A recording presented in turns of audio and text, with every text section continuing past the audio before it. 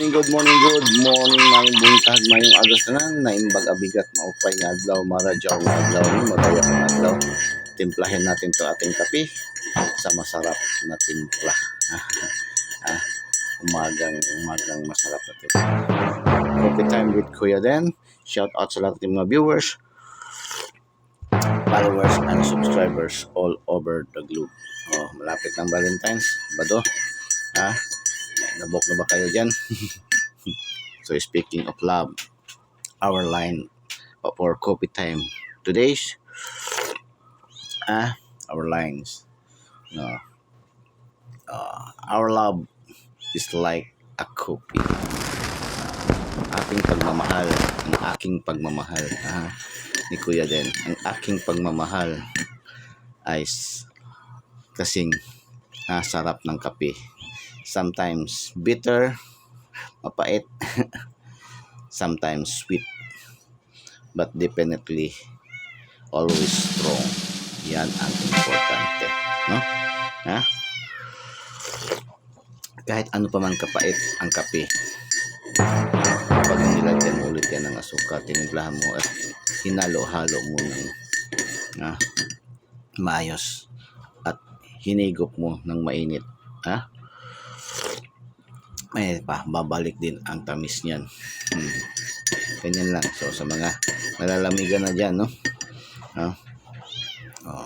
Para hindi kayo, sabi pa nga yung may isa nag-post na ating kapwa content creator na si teacher,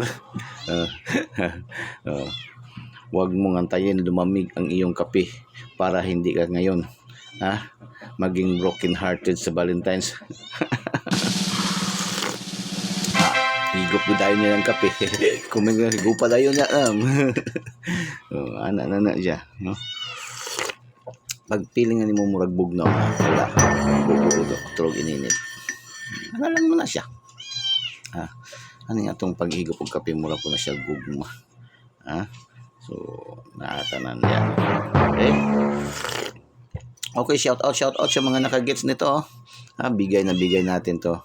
Yung ating coffee time with love. Itong picture post na to sa adventure ni Kuya Den. Sa Bukidnon 302 tar gets jud, no? Duha jud ni sulod, no? Sa Bukidnon 302 tar gets jud, Bukidnon. Bigay din natin yan sa ating TikTok. Sa TikTok natin, no? Kuya Den 71 ating TikTok account, at binigay din natin sa ating YT channel, no? Yan YT channel. Sa alas 2 ganun din ating naibigay 312 lumabas sa alas 2 is 231. Nakadalawa yun ang ating shout out.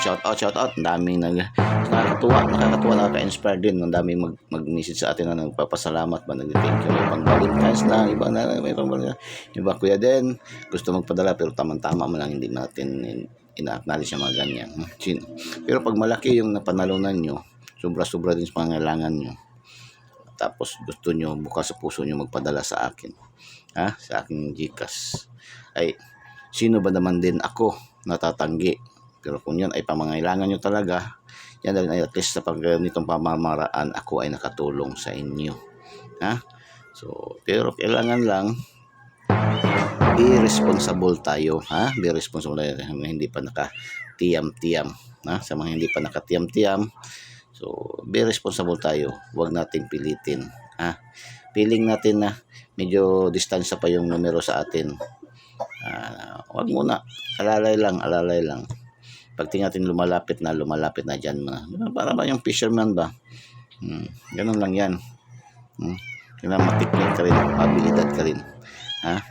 Huwag kang magpalulong masyado, lalong doon sa mga sa online na ganyan, maubos pa yung time, maubos pa yung pera, maubos pa yung kaya ganun ang nangyayari. Buti na lang doon sa PCS. Okay, mag-antay man lang tayo ng Diyos, pwede man tayo kumilos, no? Ating mga activities, magtrabaho, Kasi doon sa mga nagaganyan ka na sa cellphone, naubos yung time, naubos pa yung pera, ha? Naubos pa yung iyong energy. Okay lang kung mayroon kang tabing kape kasi hindi ka madali mapapagod, malanta, no? So lang mapapayo. So shout out sa lahat, no? Okay. For today's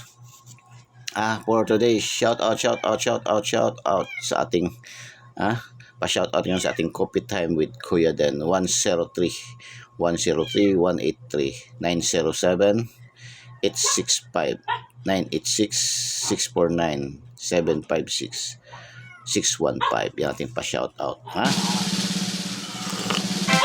ating pag-good vibes. May ngayon aking mga alaga, may bago akong pusa, may bago yung aking aso sa labas. Okay, pasensyahan nyo na lang.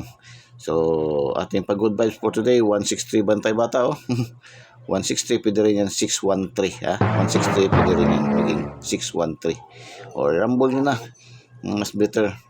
385, 976, yung 976, pwede rin maging baliktad ng 679. 965-186-905-958-271. Yan ang ating pag-good vibes. Ang ating padouble 989-997-995-229. Yan. So, yan ating coffee time with Kuya Den. Coffee with love.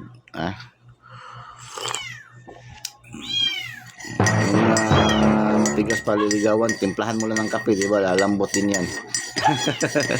Yung hindi ka hanggang ngayon, hindi ka pa rin sinasagot, timplahan mo ng kape. Ilang buke ng bulaklak, dinadala mo, tapos wala pa rin, timplahan mo na lang ng kape, di ba?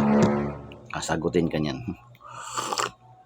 Message mo kaagad ako kung tugma ba ang sinabi ko. Okay? Again, good morning.